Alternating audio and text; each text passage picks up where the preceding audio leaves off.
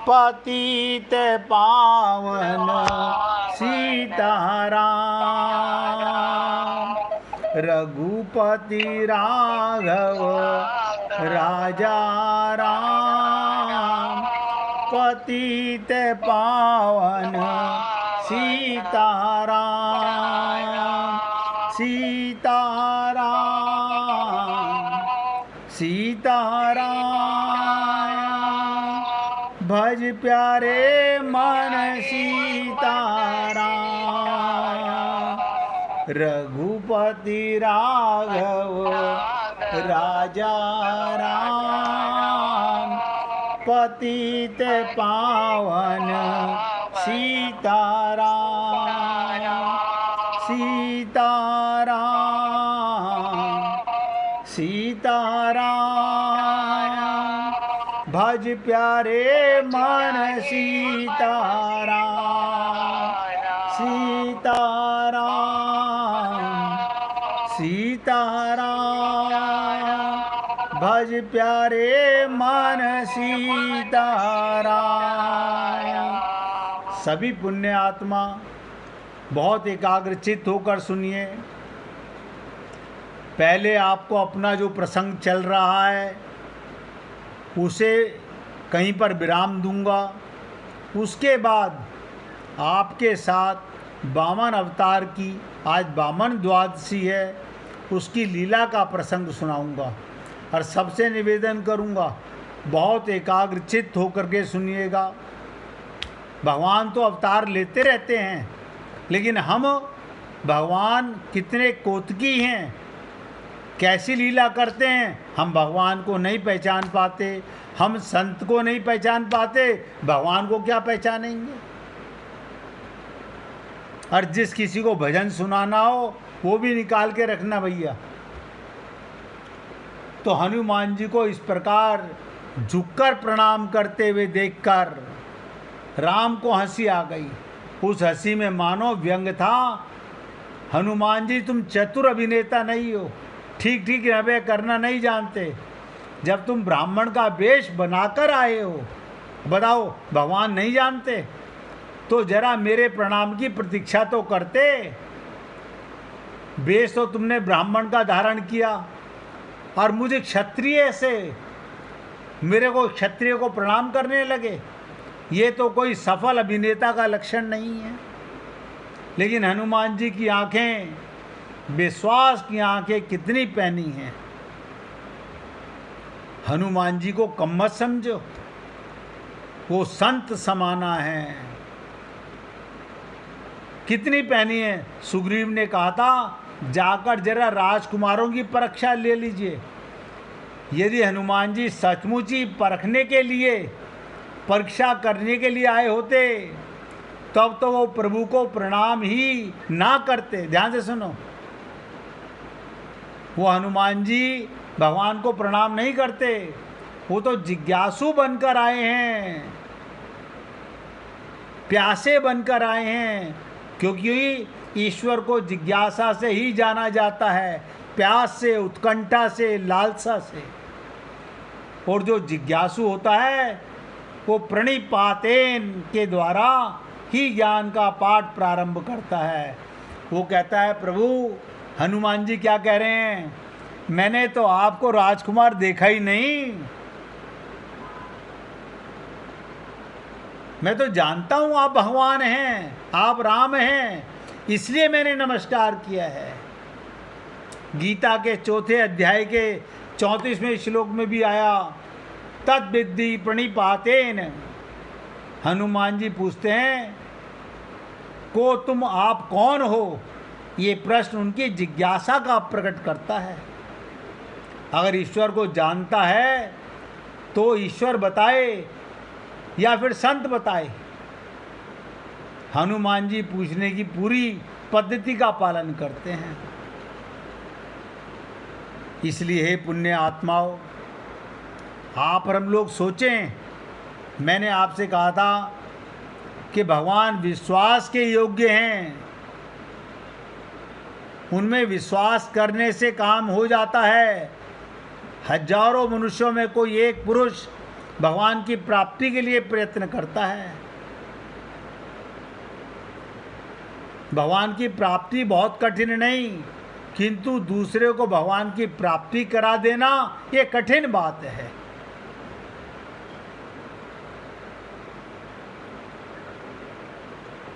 एक पुरुष भगवान को स्वयं प्राप्त कर लेता है और एक दूसरों को भी प्राप्त करा सकता है, ऐसे पुरुष मिलने बहुत कठिन है।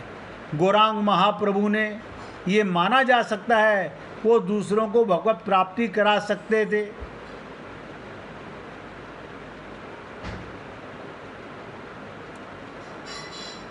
उनसे किसी ने प्रश्न किया, आप आशीर्वाद दे दीजिए। तो उन्होंने कहा, आशीर्वाद वही दे सकते हैं जिनको भगवान ने अधिकार दे रखा है। मैं साधारण मनुष्य हूँ, आशीर्वाद और वरदान वही पुरुष दे सकता है जिनके पास अधिकार होता है। मुझे भी भगवान अधिकार दे देते तो मैं भी आशीर्वाद दे देता।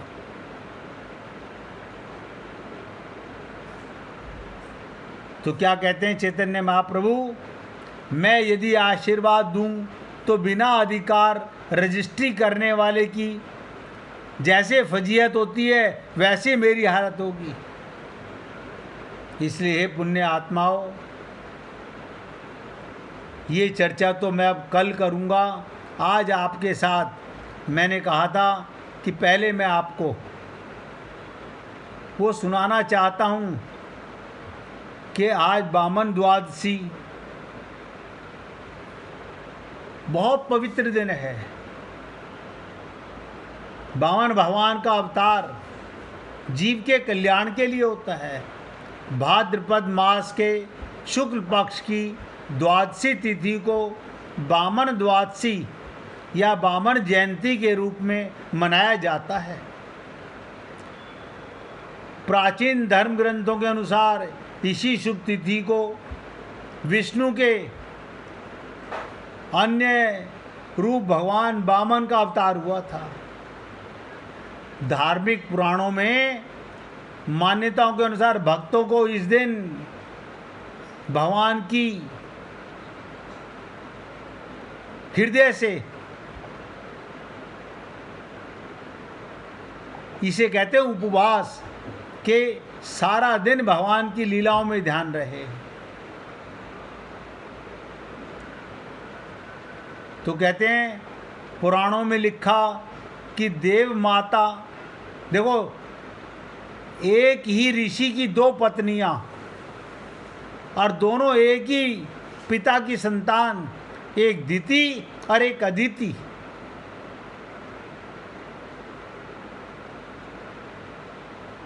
अदिति ने विष्णु की तपस्या की। उनकी तपस्या से प्रसन्न होकर विष्णु ने उन्हें वरदान दिया कि अदिति के पुत्र के रूप में जन्म लेकर देवताओं को राजा बलि के भय से मुक्त करेंगे। देवता जिससे जन्म लेते हैं उनकी माता अदिति, उन्होंने भगवान विष्णु की तपस्या की और उन्होंने वरदान दिया। आप लोगों ने सुना होगा, मैं लीला को ज़्यादा लंबा ना सुनाकर शॉर्टकट में बताना चाहूँगा। एक बार दैत्यराज, सब जानते हैं, हिरण्याक्ष और हिरण्यकश्यपु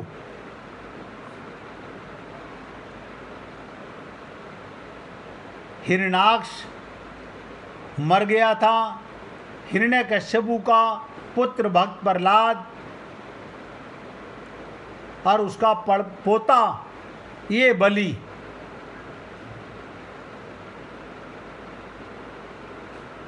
एक बार दैत्यराज बलि ने इंद्र को परास्त कर स्वर्ग पर अधिकार कर लिया। पराजित इंद्र की दयनीय स्थिति, इंद्र हर बार राक्षसों से हारा है। उनकी मां अदिति ने बहुत दुखी होकर अपने पुत्र के उद्धार के लिए विष्णु भगवान की आराधना की और इससे प्रसन्न होकर विष्णु भगवान बोले, देवी चिंता मत करो, मैं तुम्हारे पुत्र के रूप में जन्म लेकर इंद्र को उसका खोया हुआ राज्य दिलाऊंगा। समय आने पर उन्होंने अदिति के ही गर्भ से, देखो, वामन के रूप में अवतार लिया और उनके ब्रह्मचारी रूप को देखकर सभी देवता और ऋषि मुनि आनंदित हो उठे। एक दिन उन्हें पता चला कि राजा बलि स्वर्ग पर स्थायी अधिकार जमाने के लिए, परमानेंट अपना वर्चस्व स्थापित करने के लिए अश्वमेध यज्ञ करा रहे हैं। ये जानकर वामन भगवान ब्राह्मण के रूप में, छोटे से, वामन माने बोने रूप में, उनके तेज से यज्ञशाला प्रकाशित हो उठी। भगवान कितना भी छुपाएं लेकिन अपने तेज को नहीं छुपा पाए। बलि ने उन्हें एक उत्तम आसन पर बिठाकर उनका सत्कार किया और अंत में उनसे भेंट मांगने के लिए कहा कि हे ब्राह्मण देवता, आपको क्या भेंट दी जाए। इस पर वामन भगवान चुप रहे, लेकिन जब बलि उनके पीछे पड़ गया, ध्यान से सुनो, भगवान बहुत बड़ी लीला करने वाले हैं, बहुत कोतकी हैं भगवान, उनसे बड़ा एक्टर कोई नहीं संसार में। उन्होंने अपने कदमों के बराबर बहुत पीछे पड़ने के बाद 3 पग भूमि मांगी। बलि ने उनसे और अधिक मांगने को आग्रह किया, लेकिन वामन भगवान अपनी बात पर अड़े रहे। इस पर बलि ने हाथ में जल लेकर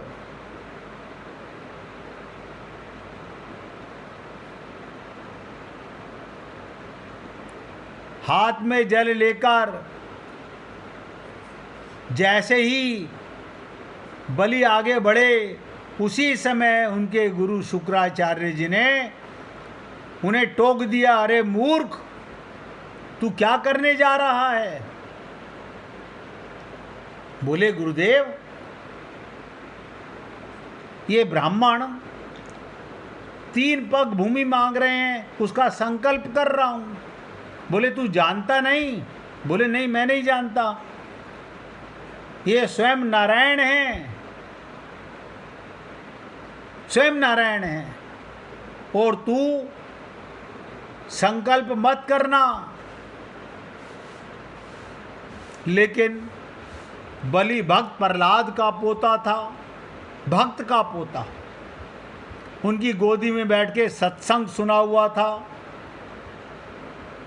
उन्होंने यहाँ पर अपने गुरु की भी नहीं मानी, अपने गुरु की भी नहीं मानी।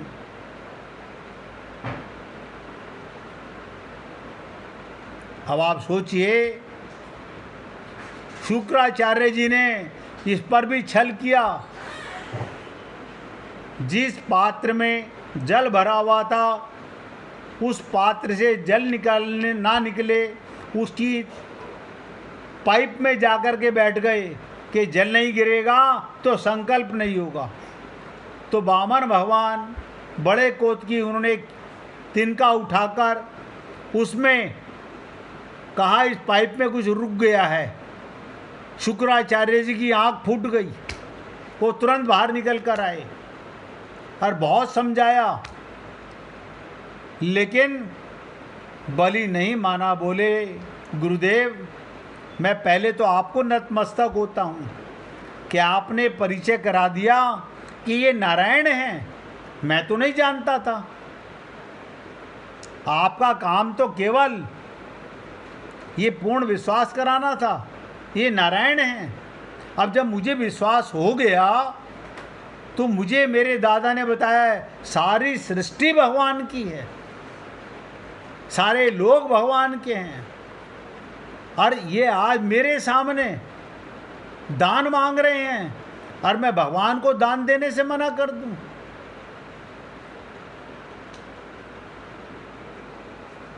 ये नहीं हो सकता।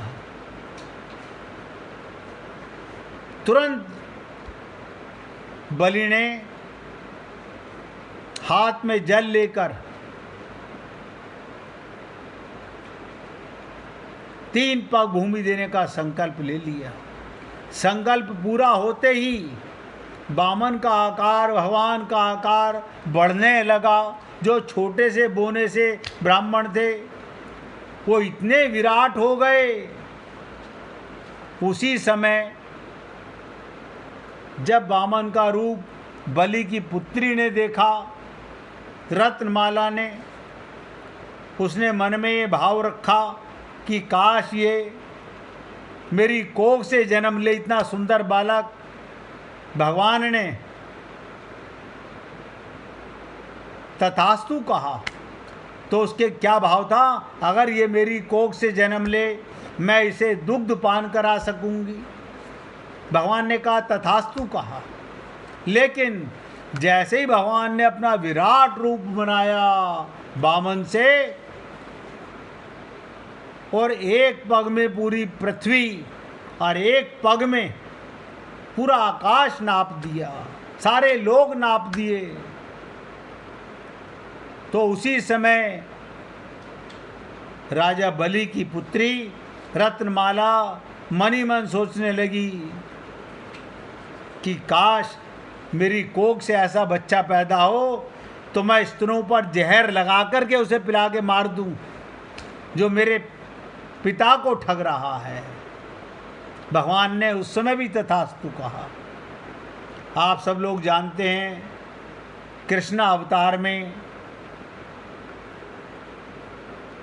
जो राक्षसी बनी शूर्पणखा, आप सोचिएगा क्या नाम था, पूतना, सॉरी शूर्पणखा नहीं, पूतना। आप सोचिएगा वो यही रत्नमाला थी और भगवान को राक्षसी होकर के भी अपना दुग्ध पान कराती है विष लगा करके, और भगवान उसे मातृ भाव से अपना लोग देते हैं। तो अब सोचिएगा बलि पर भगवान ने कैसे कृपा की। जब तीसरा पग भगवान ने कहा कहाँ रखूं, तो वहीं पर सामने शुक्राचार्य जी अब कुछ नहीं बोल रहे, उनकी आंख फूट चुकी थी। अब वो क्या बोले, भक्त प्रहलाद खड़े हुए थे, उन्होंने अपने पुत्र के सामने इशारा किया, अरे मूर्ख अपनी गर्दन शरणागत कर दे भगवान के सामने। इसे शरणागति कहते हैं, अपना मन बुद्धि सरेंडर कर दे। आज जैसे ही वामन भगवान के सामने उस विराट रूप में बलि ने अपना शीश झुकाया और भगवान ने तीसरा शीश रखकर उस पर पग रखकर उसको पाताल लोक, सुतल लोक दे दिया। और कितना बड़ा लोक, जो इंद्र के सिंहासन से भी बड़ा राज्य वहाँ पर था। और भगवान भक्त के पराधीन हो जाते हैं। बलि से बोले कि राजन मैं तुम्हारे दान से प्रसन्न हुआ। राक्षसों में ऐसा विश्वास, ऐसी भक्ति, सत्संग का कमाल था, अपने दादा की गोदी में बैठने का कमाल था। तुम वर मांगो तो भगवान ने कहा, और बलि ने क्या वर मांगा सब जानते हैं कि प्रभु मैं चाहता हूँ कि आप मेरे महल के जिस द्वार से मैं निकलूं आप दरबान बन के मुझे दर्शन देते रहें। आज भी कहावत है कि चतुर्मास भगवान सुतल लोक में जाकर के ये पृथ्वी संत महात्माओं के हाथ में सौंप जाते हैं। इसीलिए पहले ज़माने में चतुर्मास में व्यापारी लोग व्यापार करने नहीं जाते थे। बरसात के दिनों में अपने गुरु की शरण में बैठकर भगवत प्राप्ति करने का संकल्प लेते थे। तो इस प्रकार भगवान वहाँ जाकर के अपने भक्त के बस में होकर के आप सोचो सुतल लोक में सारे लोग भगवान के हैं, लेकिन भगवान बलि के दरबार बनने के लिए तैयार होते हैं। हे पुण्य आत्माओं, अपनी हनुमान जी की लीला जो सुना रहा था उसकी चर्चा कल करूँगा। आज अपने शब्दों को यहाँ विराम दे रहा हूँ। और अब गुड्डी जी भजन सुनाना चाहती हैं, आप उनसे भजन सुनिएगा।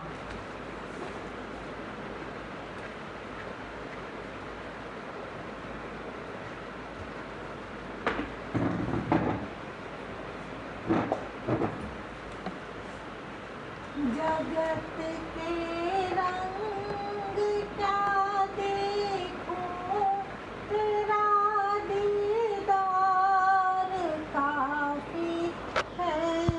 जगत के रंग क्या देखूं, तेरा दीदार काफी है। करूं मैं प्यार किस किस से, तेरा एक प्यार काफी है। करूं मैं प्यार किस किस से, तेरा एक प्यार काफी है। जगत के रंग क्या देखूं, तेरा दीदार काफी है। नहीं चाहिए ये दुनिया के निराले रंग ढंग मुझको। नहीं चाहिए ये दुनिया के निराले रंग ढंग मुझको। चली जाऊं मैं वृंदावन, तेरा दरबार काफी है। चली जाऊं मैं वृंदावन, तेरा दरबार काफी है। करूं मैं प्यार किस किस से, तेरा एक प्यार काफी है। जगत के साज बाजों से हुए हैं कान अब बहरे। जगत के साज बाजों से हुए हैं कान अब बहरे।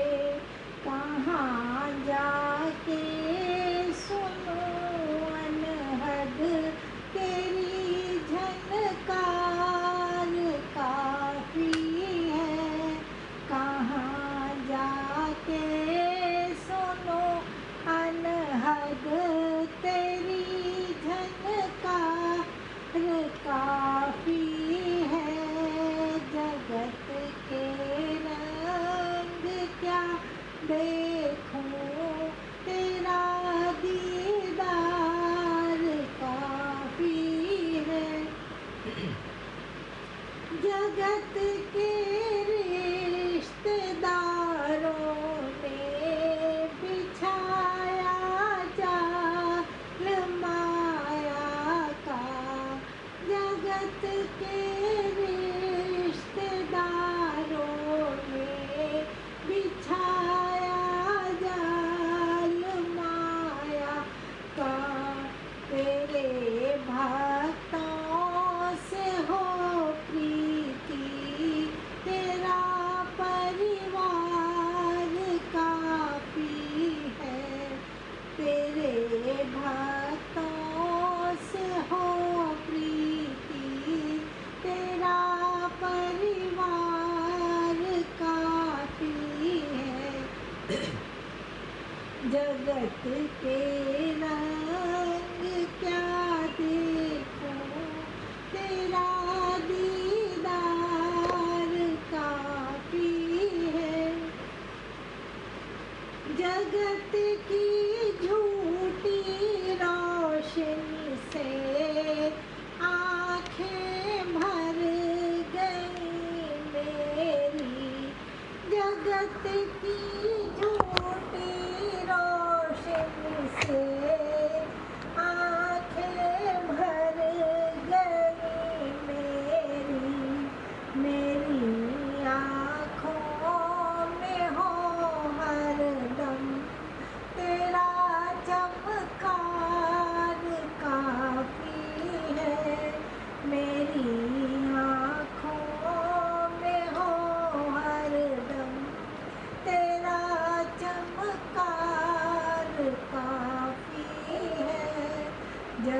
के रंग क्या देखूं, तेरा दीदार काफी है।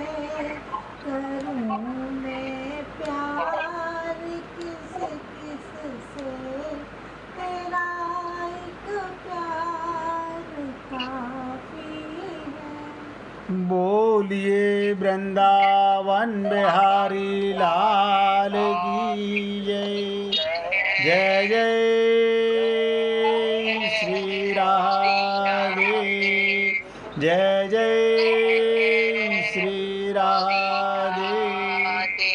बोलिए लाल जी का मंगल हो, सभी भक्तों का मंगल हो। सबको राधे राधे भैया, सबको राधे राधे जी, राधे राधे। सबको राधे राधे जी, राधे राधे जी, राधे राधे।